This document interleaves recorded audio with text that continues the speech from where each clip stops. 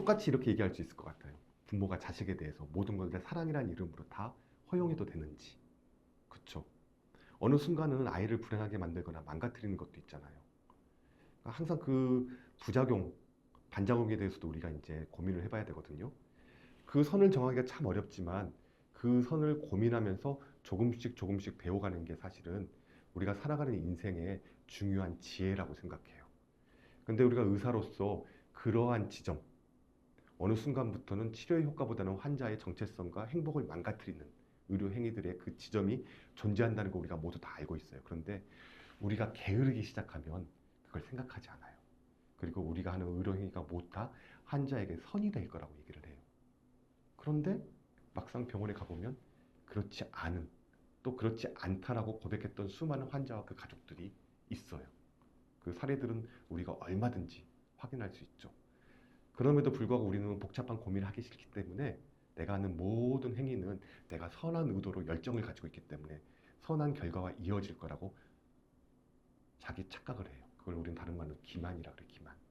기만은 게을러서 생기는 거예요. 마치 부모님이 내 아이에게 모든 게 다 좋아라 해서 모든 걸 쏟아붓는 게 그렇지 않다고 생각하면 아이의 목소리, 아이의 감정에 민감하게 귀를 기울여야 하는 것처럼 의사 역시 지침과 프로토콜에 의해서 기계화된 의료를 제공하는 게 아니라 환자의 목소리, 환자의 감정, 특히 환자의 정체성과 가치를 알아야 돼요. 근데 우린 그런 대화를 하려고 하지 않죠. 귀찮으니까 누구의 이야기에 끼어드는 건 굉장히 귀찮아요. 근데 반면으로 얘기하면 그렇게 나를 담벼락을 세워서 환자와 거리를 둔 만큼 내가 의사로서의 내 삶이 충만하고 행복한가? 그렇지 않아요. 그래서 우리는 의사라는 행위를 하고 있으면서도 만족은 세속적인 곳에서 병원 이외에서 찾고 의사 병원 내에서는 나의 권위에 집착하게 돼요. 누구도 행복하지 않아요. 이건 단순히 의료 행위뿐만이 아니라 내가 사는 모든 곳에서 똑같이 존재하는 부분입니다. 성숙하고 더 높은 의사, 성숙한 의사가 되고 싶다면 반드시 이 지점에 대해서 고민해야 되고 자기를 훈련시켜야 돼요. 다른 말로 하면 의사에게는 두 가지 권력이 있어요. 하나는 의학적 권력, 지침, 기술, 장비, 공간. 학생 때는 이것밖에 보이지 않죠. 그래서 좀 더 큰 병원, 첨단 병원, 그리고 좀 더 높은 의사가 되고 싶어 하지만 그게 절대 내 만족으로 돌아오지 않고 환자의 행복으로도 연결되진 않아요. 1단계예요. 그 다음부터는 아까 얘기했지만 끊임없이 인간의 행복의 지점, 더 우선되는 가치가 무엇인지에 대해서 나를 점검하고 타인에 대해서 귀 기울여야 되는 지점이 있어요. 그걸 우리는 뭐라 그러냐면 인격적 권력이라 그래요. 근데 인격적 권력에 대해서는 의과대학 교육과정에서 가르치지도 않고 강조하지도 않아요. 그냥 무조건 너희는 공감할 수 있는 의사, 선한 의사가 되라고 얘기하는데 교수님도 그렇게 안 살거든요. 그렇죠? 즉 인문학적 교육을 시키는 이유도 여러분의 인성을 바르기 위해서 인문학적 교육을 한다고 하지만 그 안에 인문학적인 본질에 부합한 여러분에 대한 존중은 없어요. 교육과정에서. 내용만 인문학이면 결국 그게 인문학은 아니거든요. 아까도 얘기했지만 폭력적일 수도 있어요. 네. 그건 스스로 지금 연습해야 돼. 그래서 나는 어떤 의사가 될 것인가, 어떤 인간적 가치를 추구할 것인가, 그리고 의학적 권력에만 내가 매여서 가고 있지는 않은가.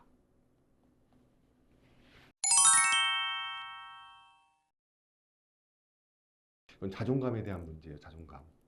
사실 죽음 앞에 서게 되면 누구나 다 긴장하고 두려워요. 사실은. 그래서 교수님들이 내가 3년, 5년 동안 돌봐왔던 환자지만 병원에 입원해서 임종을 맞이하는 순간은 임종 선언을 꼭 인턴이나 전공의를 시켜요. 그 앞에 서고 싶지 않거든요. 그렇죠? 그건 인간의 기본 심리예요. 그래서 사실은 우리가 죽음 앞에서 위축되는 자존감이라는 게 있어요. 그걸 의학의 패배로 받아들인다고 생각하면 나의 무력감을 피하기 위해서 마지막까지 의료 집착을 하게 돼요. 하지 말아야지 하면서도 혹시라도 0.1%의 가능성, 1%의 가능성에 매달리게 되는 거죠. 근데 내 스스로가 봐도 내가 그게 무모하다는 걸 알고 있어요. 결국에는 그런 것 때문에 사실 환자의 죽음이 나에게 트라우마가 되는 게 아니라 내가 마지막까지 이기지 못할 싸움에 집착해서 결국에는 패배를 맛보는 게 트라우마가 돼요. 왜냐하면 우리가 다 모였을 때 그 누구도 웃거나 감사하다는 인사를 하지 못하거든요. 근데 실제로 환자를 존중하고 환자의 죽음을 삶의 완성으로 이끌어줬을 때 저는 장례장을 가서 조문도 하기도 하거든요. 저희 병원 장례장 이용하는 환자들은. 그럼 그 정말 희한한 현상을 겪게 돼요. 이 슬퍼야 될 시간에 유족과 저희 호스피스 의료진이 함께 모여서 부둥켜 안고 울다가 웃어요. 꺼내놓는 추억이 있어요. 그때 이렇게 했는데 맞아요. 그때 그 음식을 드시고 정말 행복해 하셨어요. 마지막엔 저희한테 이런 얘기도 해주셨어요. 추억을 공유하는 거죠. 치료엔 실패했지만 의학적 실패는 아니에요. 결국에는 우리가 무엇으로서 나의 자존감을 채울 수 있는가에 대한 숙제가 던져지는 거죠. 꼭 의학적 행위를 한다 그래서 나의 자존감이 채워지지는 않고 더 큰 무력감으로 상처로 남을 때가 있어요. 그러니 의학의 패러다임을 바꿀 필요가 있어요. 더 비참해지지 않도록 막아주는 것, 더 고통을 겪지 않도록 막아서는 것도 아주 훌륭한 의학적 치료가 될 수 있어요. 그렇게 생각한다 그러면 꼭 죽음이 두려운 것만 아니에요. 왜? 나도 겪게 되고 내 부모님도 겪게 될 것이니 내 부모님의 죽음을 어떻게 내가 지켜드리겠어 라고 생각한다 그러면 그 마음으로 환자를 대했을 때는 내 안에 커다란 자존감이 채워지는 경험을 할 수 있어요. 그러지 못하면 늘 죽음을 피해 다닐 거예요.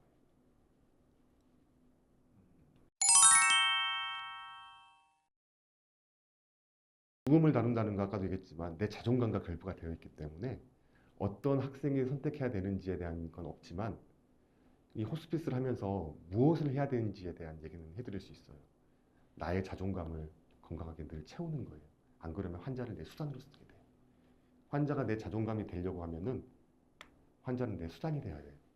근데 호스피스라는 건 마지막까지 어떻게든 그 환자가 그 무대의 주인공으로서 내려오지 않게끔 하는 거거든요. 그러니까 환자복을 입혀놓고 내 수단이나 내 도구가 되면 안 돼요. 그러려면 그 환자가 주인공으로 살아가기 위해서 나는 환자의 주도권을 내가 이끌고 가는 게 아니라 환자에게 주도권을 계속 유지할 수 있도록 내가 소품이 되기도 하고 연출이 되기도 하고 극본가가 되기도 하고 때로는 조연이나 뭐 스텝이 되어야 되는 새로운 사명이 열리는 거예요. 그래서 그가 오롯이 자기 삶의 마지막 주인공으로 살 수 있도록 하는 것. 근데 그걸 자존심 상해하는 의사들이 있어요. 그렇죠? 자존심이 상하지 않으려면 늘 자존감을 채우고 있어야 돼요. 그러려면 여가 생활, 인간관계, 또는 자기 성장, 그 모든 것에 있어서 이렇게 균형을 맞출 수 있는 의사가 돼야 돼요. 그러니까 잘 놀고 열심히 공부도 하고 취미 생활도 하고 그래서 건강한 정신을 가지고 있는 사람이 죽음 앞에서 흔들리거나 또는 환자를 자기 수단으로 삼으려고 하지 않게 돼요. 그래야 되지 않겠어요? 그러려면 열심히 인문학적인 소양을 갖춰서 늘 자기 앞에 서야 되는. 어떤 그런 것들은 되게 어떻게 보면은 호스피스 죽음을 다루는 의사기 때문에 의학적 영역에서는 되게 볼품없다라고 이렇게 생각할 수도 있어요. 왜냐하면 화려하지 않으니까. 근데 그 안에 또 무궁한 가치가 있고 그거 볼 수 있다 그러면 자기 인생도 행복해질 수 있어요.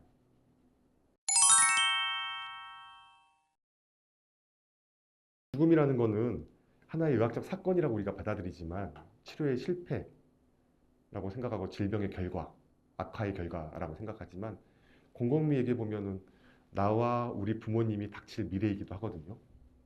그리고 할머니, 할아버지 죽음 이미 겪은 사람도 있고 살아오면서 이미 친구 내지는 사고로 가족의 죽음을 겪은 사람들도 있어요. 죽음은 우리 삶 속에 늘 존재할 우리 삶의 마지막 결과물이기도 해요. 그래서 우리가 앞으로 무엇을 할 것인가, 병원의 그 의과대학에서 어떤 죽음 교육을 할 것인가, 그건 죽음을 나의 삶의 일부로 받아들여서 삶 앞에 겸손해지는 거예요. 겸손해지는 거예요. 언제가 반드시 찾아오거든요.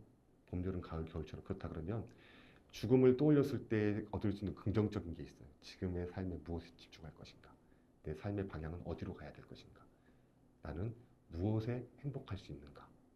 죽음 교육이란 것도 사실은 죽음에 대한 어떤 의학적인 처치나 기술을 가르치는 게 아니에요. 죽음 앞에 서보고 이 젊은 시절의 나는 나에게 어떤 질문을 던질 것인가? 그걸 다른 말로 하면 실존적 사색이라고 얘기하거든요. 실존 사유. 한 명의 인간으로서 나의 나침반을 어떻게 맞출 것인가를 죽음 앞에서 얘기를 하는 거예요. 그러니까 의학적 죽음이라고 특별한 걸 얘기하는 건 아니에요. 다만 그 결과물이 나에게도 1차적으로 반영이 되지만 2차적으로는 환자에게 반영이 돼요. 나의 죽음 앞에 고민하는 의사는 환자의 죽음을 비참하지 않게끔 삶의 완성으로 이끌 수 있게끔 성숙하게 반응할 수 있어요. 모두에게 다 긍정적인 결과가 되는 거죠. 그래서 의과대학에서 사실 중음악 교육이라는 게 뭐 윤리, 법 또는 뭐 연명의료 결정법에 관련된 것, 그다음에 뭐 마지막 임종기 돌봄이라든가 또 호스피스에 대한 얘기들을 막 가르치는데 저는 다 거부해요. 그냥 한 명의 실존적 존재로서 나의 주름 앞에 내가 서서 나를 점검해 보는 것, 나의 행복에 대한 가치를 고민하는 시작점을 만들어 주는 거라고 생각을 해요. 다른 것들에 대해서는 좀 경계합니다.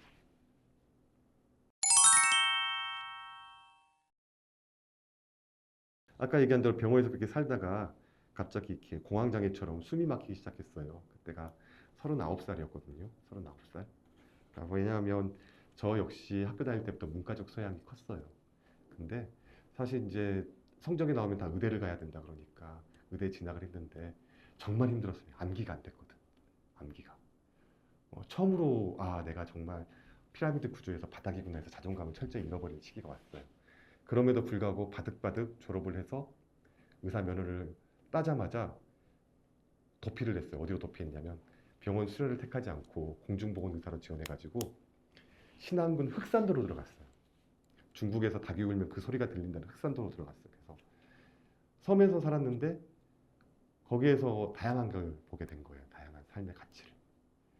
왜 섬 사람들이 여기까지 왔어요? 왜냐하면 의사가 저밖에 없으니까 그 안에서도 누가 다치잖아요. 그러면 도시에선 난리가 날 텐데 손가락이 밧줄에 감겨서 배에서 작업하다가 너덜너덜해서 와요.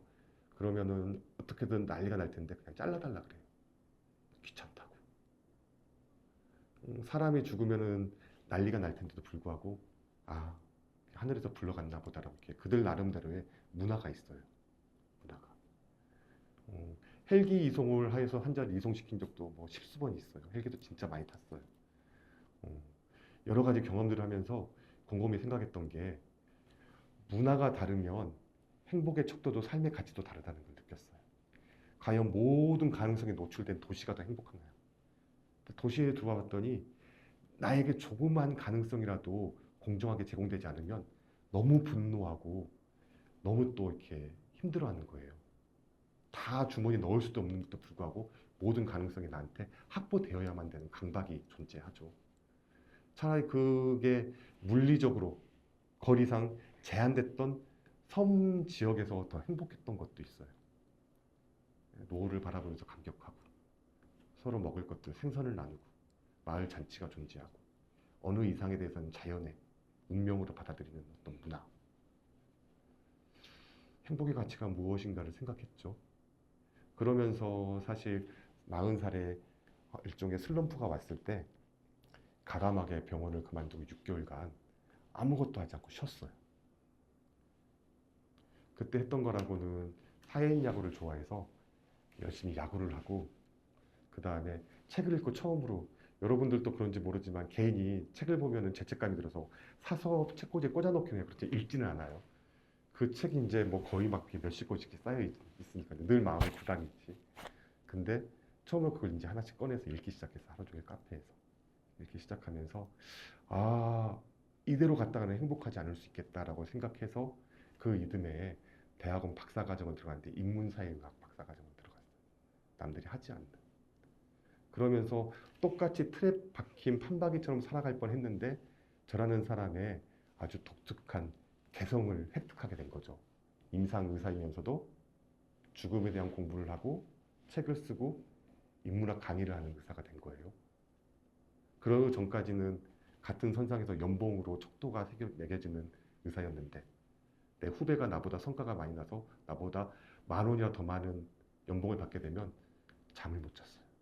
내 지위가 하락하니까. 그렇죠?